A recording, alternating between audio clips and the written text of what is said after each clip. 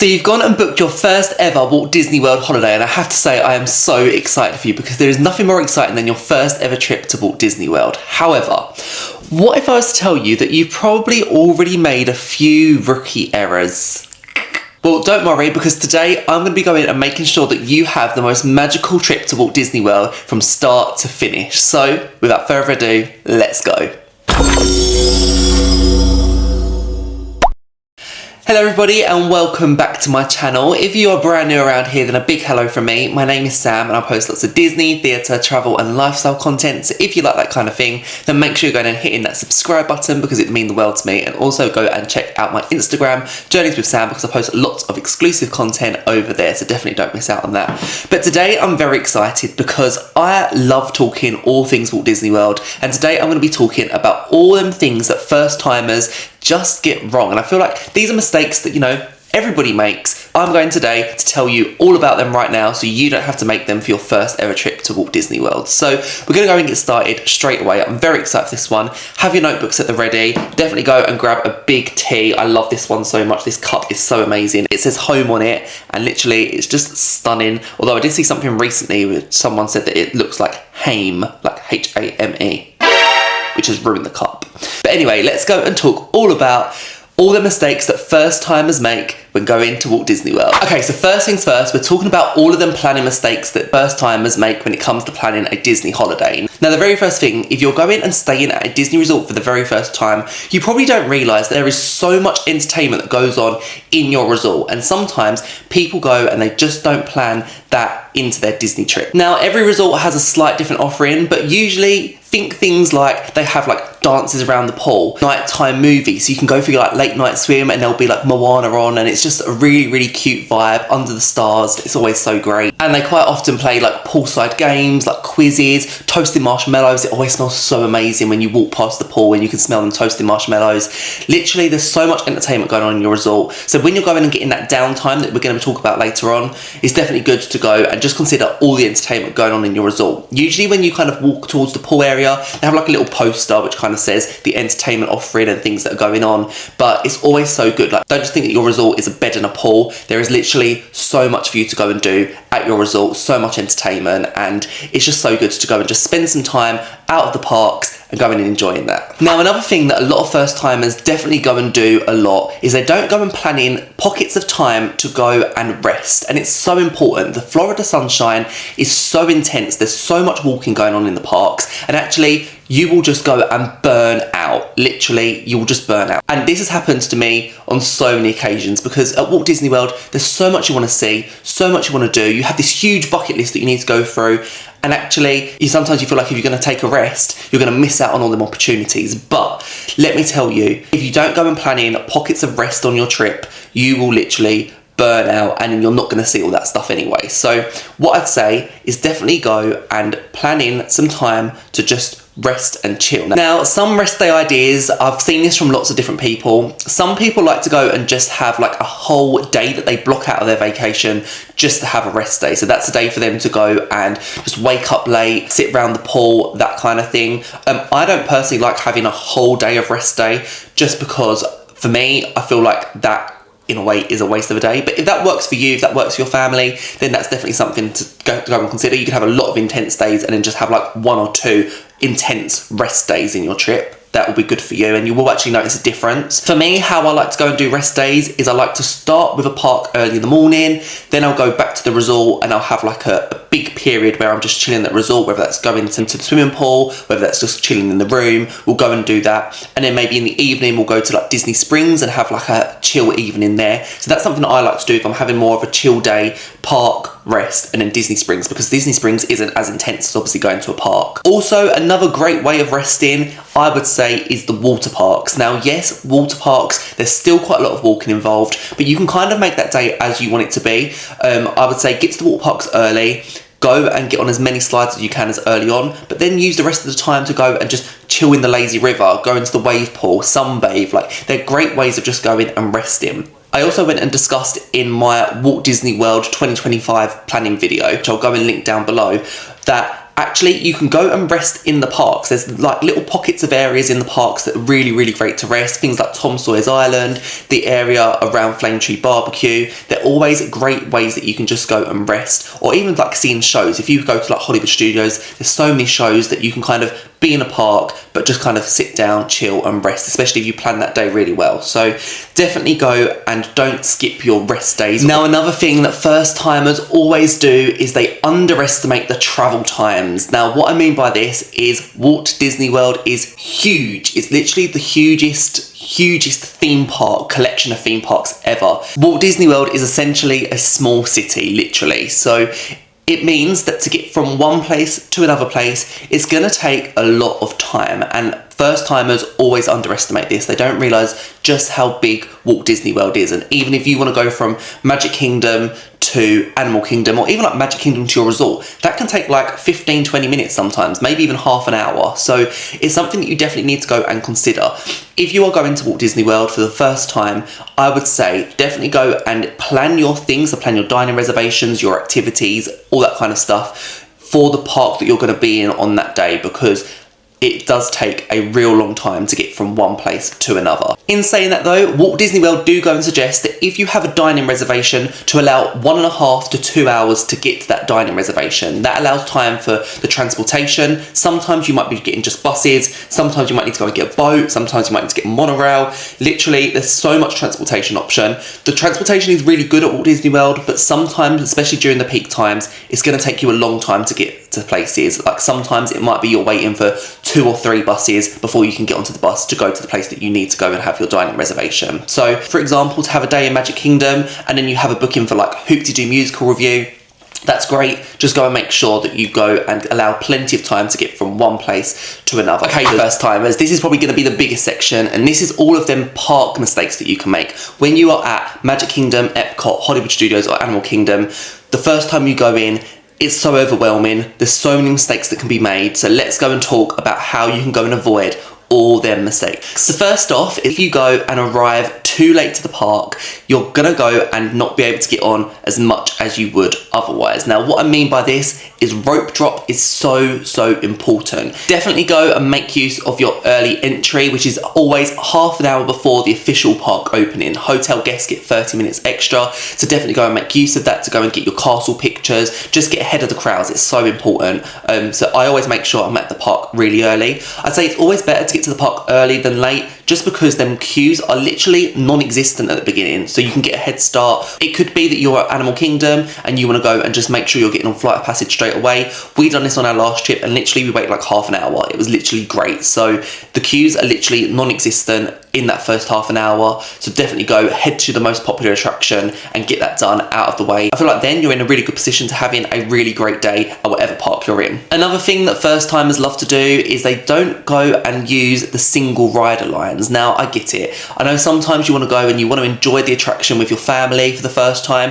Definitely go and do that. Definitely wait in the standby line for that. However, if you don't mind being separated, maybe you could be a couple and you don't mind being separated. Maybe you're a family and you wouldn't mind going onto an attraction as a single rider. Well, there's plenty of rides which go and offer that single rider service at Walt Disney World. So definitely go and use your single rider lines for them, because honestly you can get through so quickly. Expedition Everest, literally you're not going to be waiting any more than like 5, maybe 10 minutes at peak times, but you'll literally get on that attraction, and actually sometimes you will literally be on the same train as your family anyway, so it might be you all just sitting in front of each other. So it's a great way of maximising your day, getting on as many attractions as you possibly can. Definitely use single rider lines. Now, quite often, first timers will forget about the Florida weather. Now, whether that is rain, shine, thunderstorms, whatever it is, definitely prepare for it, because it is so unreliable. And I thought the UK weather was unreliable, but Florida is completely different. Sometimes the app will show it's going to be sunshine all day, and then literally you've got thunderstorms for hours. Like, it honestly is crazy. Every year that I've gone to Walt Disney World, the weather has been slightly different. I always seem to visit in August, and sometimes it's been stormier than others. Sometimes we've literally had no storms at all in 2 weeks. It's just crazy, it's so unpredictable. But because of that, in order to make sure you have a nice, comfortable day at the parks, I'd say definitely bring all the things you need to go and prepare for all them types of weather. So whether that is bringing them cooling towels that you can put around your neck. I love having my cooling towel. Handheld fan, that literally is the best, especially when waiting for parades and shows. Ponchos are a lifesaver for them rainy periods. Literally, I couldn't live without my poncho.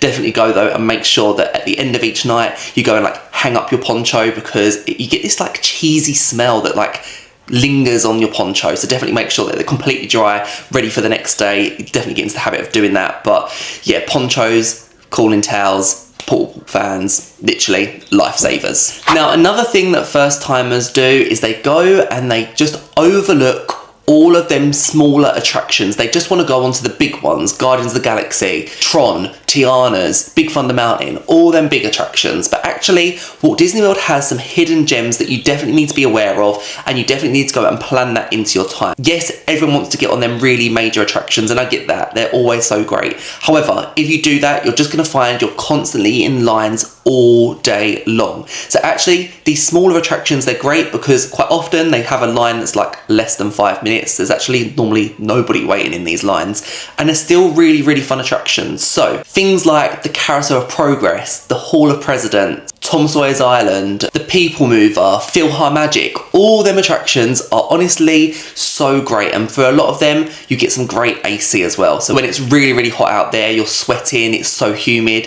it's always great to go onto them attractions at that point of the day. And literally there's no wait. The People Mover is literally one of my favourite attractions. Like, it's something that I've definitely grown to appreciate. The first time I didn't like understand the hype, but when literally you're waiting like 5 minutes to get onto the People Mover, and it's a nice long attraction, you can see Space Mountain from like inside the mountain without being on Space Mountain. It's a great time. So I love going to Walt Disney World and going on to all of them little hidden gems, and it's something that you definitely need to go and do because it makes you almost like appreciate the magic even more. A lot of them are like Walt Disney's originals, so things like Carousel of Progress, things like the Enchanted Tiki Room, the things that make you really think like this is what Walt Disney's magic was. Like, this is what it was like all them years back. They're historic attractions, and it's just so great to see them. There's nothing worse than getting to Walt Disney World and realising that your favourite attraction is shut, or the attraction that you want to go on the most is shut. It's so disappointing, but it just means that you need to go and make sure that you're looking at the refurbishment calendars way in advance. Now, these are published on the Walt Disney World website, but there's also some like unofficial websites that post the refurbishment calendars too. Just keep an eye on it because, you know, Walt Disney World is always changing, and that's the big thing about Walt Disney World. It's open 365 days a year. Things have to close for refurbishment and maintenance and that kind of thing. So just be aware that, you know, during your time,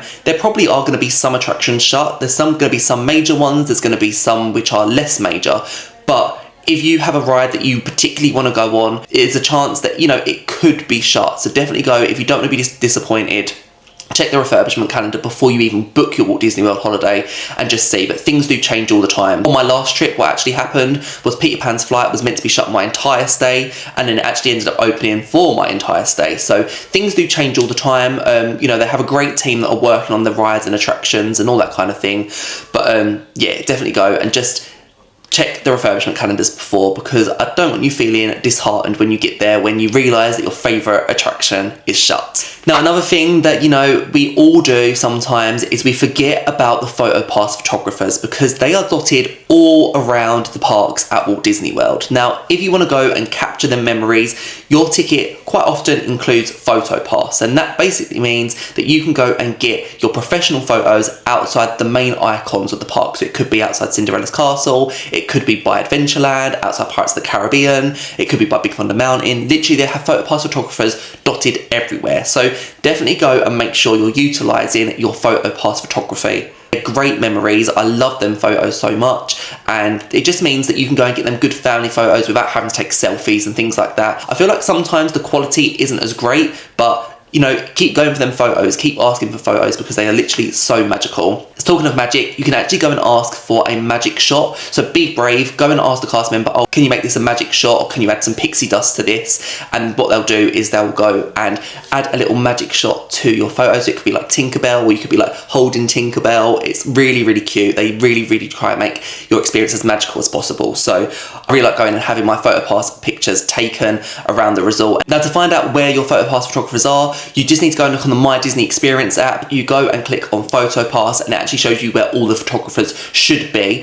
Sometimes we've gone to them areas and there's been no Photo Pass photographers there, but usually they are in the main area. So just look around. They're wearing a green shirt and they do some really good pictures. And actually sometimes they spend so long on you. Like sometimes, even though the queue might be really long, they will spend like a good 5 minutes getting the perfect shot. They'll ask, for example, if anyone wants any like solo pictures. So if they want to like break away from the family and have a solo picture, they'll do that for you. It's honestly so magical and I just love it. And everyone's there for the pictures. Like we all love holding the memories. Now, another in-park tip to definitely go and make sure that you are utilising is making sure that you're getting free iced water where possible. Now, basically any quick service location will offer free iced water. Now, sometimes they do have them in like these big jug kind of things that you can go and get iced water. That's literally amazing if you can go and do that. There's definitely less of them than there used to be, but if not, then just go to the quick service location and just ask for some cups of ice water. They're usually quite small cups, but honestly it goes really far. They're completely free and it's actually really good water. There are some people that say that they don't like the taste of it, but it does save you a lot more money than buying bottled water constantly, especially at Disney, because Disney drinks are really expensive. So definitely go and utilise free ice water, and Disney ice is like the best. They're like little pellets of ice. The best. Now, one more thing that I'm going to go and add to this section is quite often first timers will go and misjudge where to go and view the fireworks at the different parks. Now, actually, there are some hidden gems when it comes to this. If you are a first timer, I'd say you always have to go and see Happily Ever After in front of the castle. I always like to go and stand in Central Plaza, and I like to go and stand behind either like a bin so that nobody can get in front of me, or kind of like by one of the like fences, like the little gates that are around like the plant areas. I like to be there because it's always a great view. I actually prefer watching it from the right hand side of Central Plaza. I'll go and like just put a map and draw a circle where I usually stand over here. But yeah, I always love going and watching the fireworks from that spot. Definitely go and just ask cast members. If it's your first time and it's looking a bit busy when you're in Central Plaza or around the Main Street USA area, ask the cast members where the best place is to stand. They have so much expertise. You know, they're working at them parks so much. They've seen it through all different crowd levels. So definitely go and ask them. They definitely have the best knowledge of the parks. So I'd say just ask them and they will always be happy to help. They're always so great, so kind. So definitely, we love cast members so much. So definitely go and utilise them as much as possible. Once you've seen Happily Ever After at that location, definitely go and see it further back on Main Street. That's always great. Or even if you go and head over to the Polynesian, they have this lovely beach area at the Polynesian, and you can go and watch the Happily Ever After fireworks from there. Obviously you can't see projections and things like that over there, but they still have the soundtrack playing and you can still see the fireworks, and it actually makes quite a romantic night. So if you're a couple, that's definitely one that I would definitely suggest doing, because it's just a really cute vibe and not many people know about it, so it's pretty quiet over there as well. So yeah, definitely go if you're going to Walt Disney World. Fireworks are so great. That's my favourite part of a Walt Disney World day, is seeing the fireworks at the end of the night. It's literally perfection. Right, next thing is dining mistakes. There's literally so much to know about dining, but here are the few mistakes that first timers love to make when it comes to dining. Now, first of all, sometimes first timers don't realise the importance of going and booking your dining reservations 60 days in advance, and that's because 60 days is the day that it opens up for everybody. That's the day when you can go and start booking your dining reservations. Now, if you want to go to any of these hard to get dining reservations, you have to book 60 days in advance, and that's because they will literally sell out within seconds. It literally is like survival of the fittest. It's literally craziness out there. So definitely go and make sure that you're booking your table service restaurants 60 days in advance where possible. Now, if you haven't managed to get them dining reservations 60 days in advance, then don't worry, all hope isn't lost, because actually there's so many ways that you can go and still go to them restaurants. It's not guaranteed, and yes, it's kind of living life on the edge a little bit when you're there, but you can go and join walk-up lists, which is one thing that I definitely recommend doing. I said this in my last Walt Disney World video. Go and check it out, because I give lots of tips when it comes to dining over in that video. This is kind of just a very quick, brief dining thing, but definitely go. Walk-up lists are really great if you can manage to go and get one of them. There's also some websites that you can go and use. Mouse Dining and Mouse Watcher, they're basically paid subscription services where you pay and they will literally go send you an email the moment that a dining reservation becomes available. So for example, if it's that you want to go to Space 220 and you just are not able to go and get it, you'll sign up for one of them websites and they'll ping an email to you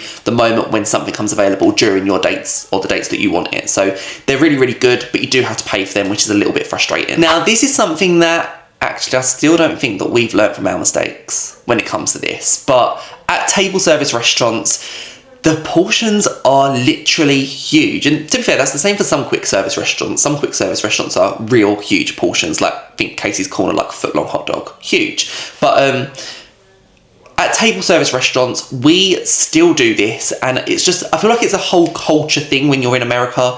But like, for example, we'll go and get our appetizers to start, and in the UK you'd get like one appetizer each. But we've learned, kind of, but not really, that the appetizers are like family sharing size. Like, we went and got nachos, I think it was, in T-Rex, and we ended up like ordering like one nachos each. And it ended up being like this huge portion of nachos each that we had.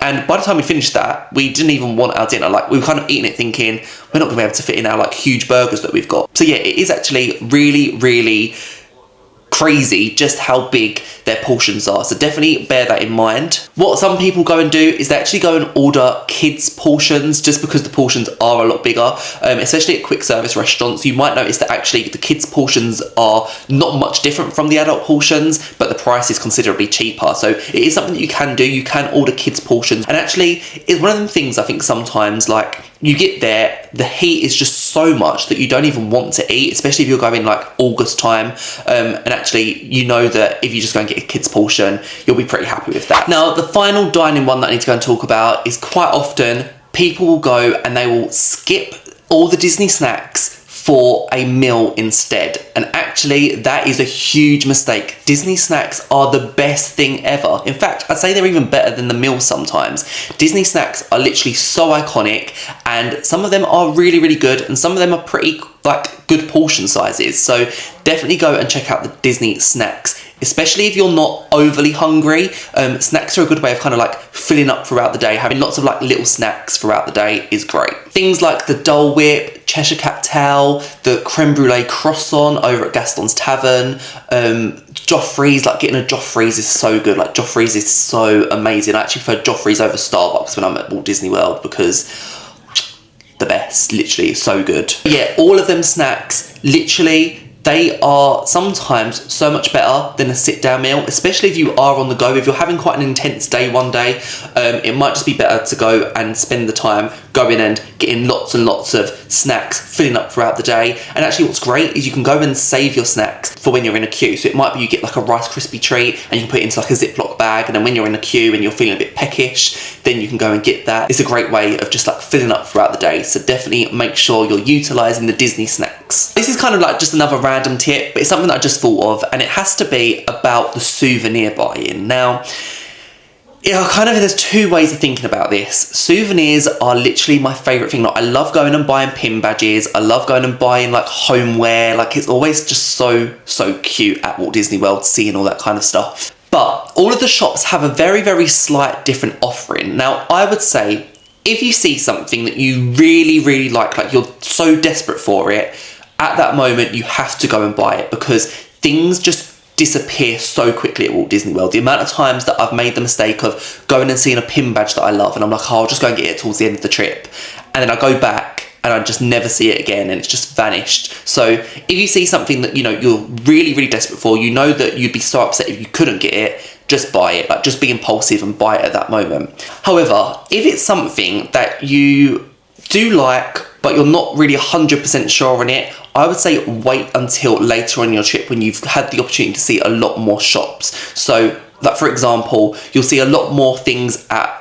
Disney Springs, because there's so many different kind of like Disney shops over at Disney Springs, that you might want to save it. So rather than going and buying it in the Emporium at Magic Kingdom, wait for Disney Springs, because actually they might have different things that you might love even more. So there's some things that you need to impulsively buy, the things that you know you must leave with. But if it's something that you're not 100% sure on, save it for later on, and then you'll have a good idea of all the different things that you can go and buy. But just don't expect it to necessarily be there, because things at Disney, like I said, they go really, really quick. Now, the very final thing that we have to talk about is the fact that first timers quite often forget to go and enjoy all of the details of the park. Disney World is not just your typical theme park. There is details in every single corner you look. What I'd say when you're at Walt Disney World, always look up and always look down, because literally the flooring is beautiful, the ceilings are beautiful wherever you look. There's like little hidden Mickeys everywhere. Just the theming of everything is just so insane. Like, you can't even go into a shop and just expect it to be just the shop. There's going to be such beautiful theming, such beautiful decor, and quite often we just want to go in somewhere, out somewhere, get on with our day. But actually, there's so many hidden gems and hidden treasures, and it's just literally the most beautiful place on earth, because there's just so much to see, so much to do. So definitely go when you're there. Don't be rushing around, because just enjoy all the little details that there are on offer, because it just will make you want to go back even more. Like, it's things like the smells. Like, you might go there and be like, oh, that smells nice, but just absorb it, take it in, because the moment you go and leave Walt Disney World property, you'll be thinking of that over and over again. So yeah, it's literally the most magical place on earth, because literally all of your senses are so heightened when you're there. There's so much to see, so much to do, and yeah, just enjoy every little detail there is. So there we are. They are some of the mistakes that first timers love to make when they are planning a Walt Disney World vacation. So if you are going to Walt Disney World for the first time, definitely go and leave a comment down below and let me know if there's anything else you'd like to know about Walt Disney World. Let me know your countdowns too, because I'd love to know how long it is to your very first vacation to Walt Disney World. It's honestly very, very exciting times for you, so cannot wait for you. If you enjoyed this video and you found it useful, then make sure you're hitting the like button. Also, make sure you're subscribing if you want more videos like this, because I love to go and give lots of tips, tricks and advice for Walt Disney World. I also have a lot of Walt Disney World vlogs on my channel, so 100% go and check out my Walt Disney World playlist, which I'll link down below, because I have vlogs for every single park, Disney Springs, different shows, different dining reservations, so 100% go and check them out. But thank you so much for watching. I hope you enjoy this video, and I hope you have the most magical first time vacation at Walt Disney World. Thank you so much for watching, and I will see you guys real soon. Bye guys.